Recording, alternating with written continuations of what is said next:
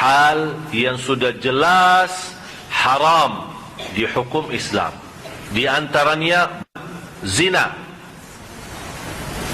Alasannya daripada nikah lagi, berzinalah, jadi daripada masalah-masalah. Itu berarti menhalalkan zina. Pokoknya ada bermacam cara untuk menhalalkan zina. Dan itulah yang terjadi. Bukan hanya di Indonesia, di banyak negara. Di banyak negara, malah ada negara yang mempunyai proses izin berlaku zina. Tapi ada syarat-syaratannya, ada periksa kesihatannya. Artinya ada ijazah. Tahu ijazah? Sertifikat. Sertifikat. Kalau inti megang sertifikat, berarti dari sisi kesihatan inti boleh laku zina, silahkan. Di mana tempatnya na'udzubillah sudah sampai segitu. Menhalalkan. Kalau kata menhalalkan berarti hal itu haram di hukum Islam. Tapi mereka memiliki bermacam cara untuk menhalalkan. Alasannya rizki, alasannya uang, alasannya apa saja. Ini yang pertama. Yang kedua, sutra. Berhati-hati kaum laki-laki, jangan pakai sarung sutra. Berpakaian sutra. Dibolehkan kaum laki-laki untuk berpakaian sutra. Yang sakit kulit tidak bisa pakai baju biasa.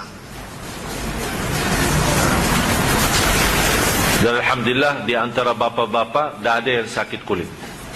Ada penyakit kulitnya, artinya tidak boleh tersuntuk dengan pakaian biasa. Harus sutra yang halus. Sudah faham sutra kan? Yang bahannya bahan sutra. Biarpun campur, tidak boleh. Misal katun sama sutra, tetap tidak boleh. Tapi Allah menhalalkan sutra itu khusus untuk kaum wanita. Karena menjadi sebagai hiasan. Sebagai menyempurnakan kecantikan. Tapi bagi kaum laki-laki tidak dibolehkan. Karena salah satu hikmah tidak membolehkan, karena sutra bagi kaum laki-laki menimbulkan rasa sombong.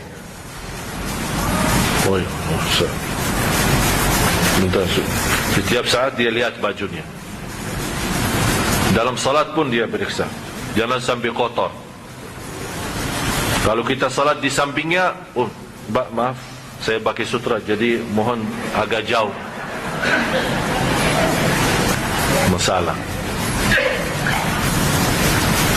Dan sifat sombong itu namanya dosa batin. Tambah kita sadar, merasa.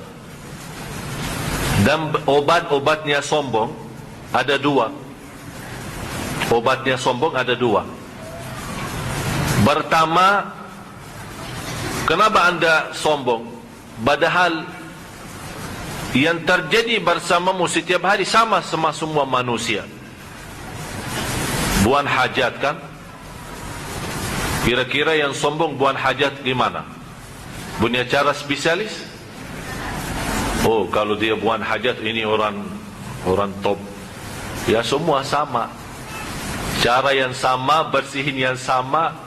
Orang kaya raya, orang raja, orang miskin di kampung dan desa sama sistem punya buang hajat.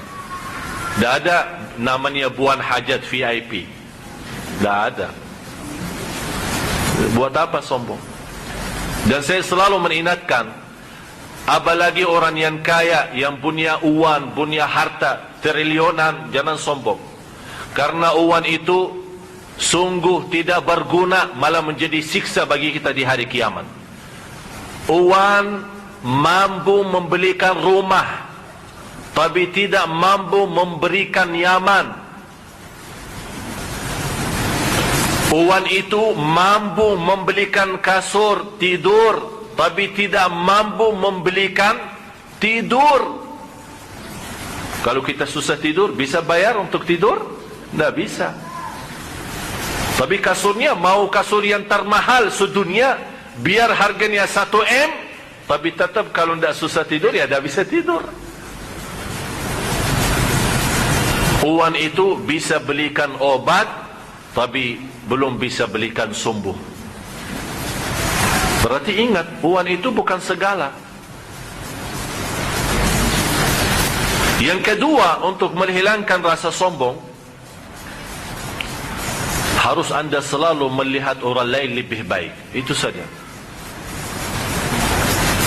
Selalu melihat orang lain lebih baik. Saya dapat pelajaran dari guru saya. Setiap saya isi ceramah, saya masuk masjid, apalagi melihat jemaah ramai seperti ini, saya langsung connect kalbu sama Allah. Ya Allah, saya yakin yang ada di masjid itu semuanya lebih baik daripada saya di sisimu. Yang kedua, ya Allah, saya datang kemari bukan menajar jamaah, tapi saya datang sama-sama belajar.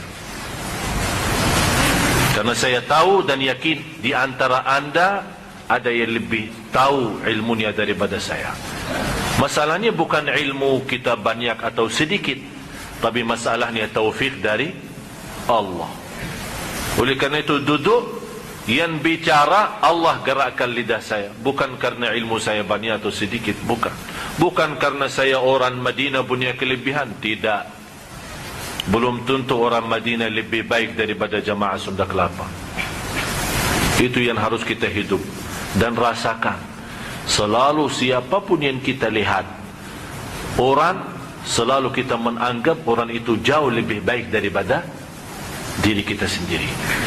Karena kita tidak tahu siapa di antara hamba Allah yang terpilih jadi waliullah. Bisa jadi tukang bersih jalan, sapu jalan, bisa terjadi salah satu waliullah. Kita tidak tahu. Oleh karena itu Allah sembunyikan waliullah di antara hamba-hambanya. Tidak boleh orang tahu. Jadi tidak boleh kita, itu waliullah, ya, dari mana tahu dia wali? Ini salah satu yang terbiasa di Indonesia. Oh, kalau kiai ini waliullah. Emang ente dari mana tahu? Jadi soal waliullah itu rahasia Allah yang sembunyikan di dalam antara makhluk-makhluknya. Oleh karena itu kita selalu berdoa, ya Allah, pilihlah saya menjadi waliullah. Zina, sutra, terus yang ketiga khamar. Alasannya menghilangkan stres. Atau ada orang, ya Allah, kalau engkau berikan rezeki sampai saya bisa beli rumah, saya bernazar lillahi ta'ala habiskan 1 botol minuman keras. Ada orang kemarin SMS saya, dia bilang, Ustaz, apakah boleh saya bayar nazar minum khamar? Saya bertanya, emang ente sudah nazar minum khamar? Ya. Kenapa tidak nazar yang lain? Pertama, harus Bapak Ibu tahu, pertama, nazar di hukum Islam tidak boleh.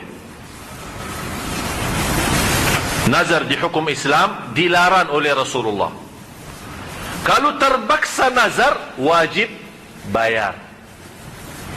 Tapi di hukum Islam makruh, tidak dianjurkan. Malah Rasul kata, jangan bagi nazar. Karena nazar itu apa intinya? Memaksa kita berbuat kebaikan. Kalau saya ada rezeki, saya akan sedekah 1 juta. Begitu sudah datang rezeki, malah bingung. Oh, 1 juta lumayan besar juga ya.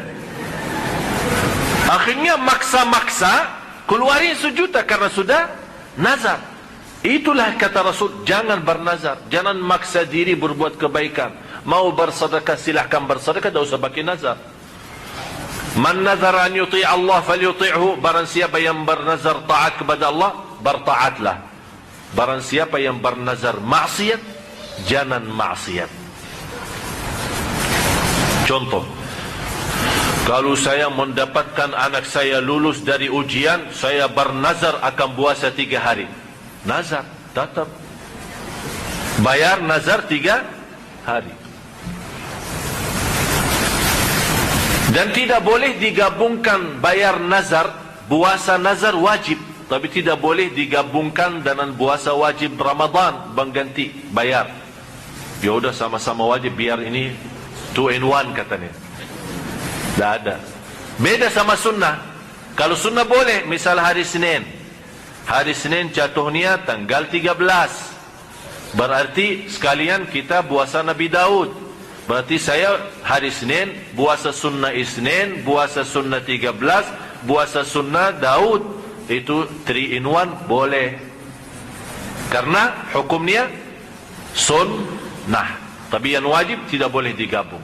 Tapi kalau ada orang bayar wajib, bayar Ramadan hari Senin, ya boleh. Tapi tidak ada kaitan dengan sunnah Senin. Nawaitu ganti bayar yang sudah tertinggal daripada bulan Ramadan. Jadi jangan bernazar. Kalau ada orang bernazar, kalau anak saya lulus, saya akan minum khamar. Hukumnya haram. Bayar nazar, tapi tetap penggantinya apa? Puasa 3 hari. Daripada nazar maksiat diganti dalam puasa 3. Itu kafarah nazar namanya. Kafarah nazar. Khamar bermacam orang alasannya lebih cepat mencari rezeki, katanya jualan khamar itu lebih cepat. Inilah salah satu cara menghalalkan khamar.